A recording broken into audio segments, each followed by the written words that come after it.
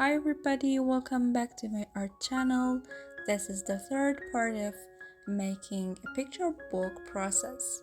In this video, I designed 8 different styles for Mr. Brown's home.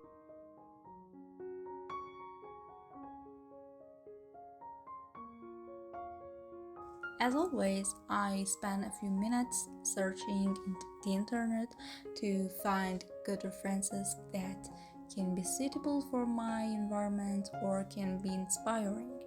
As you see, there are a few of these pictures in the video, and I choose every single of them by my personal taste and story.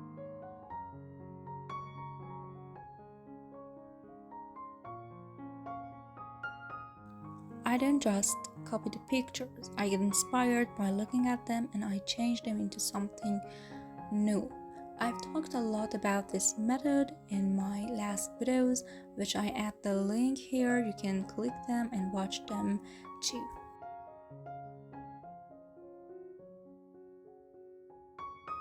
So stay tuned and don't forget to subscribe and see how I create and design new buildings, and let me know which one is your favorite one in the comments.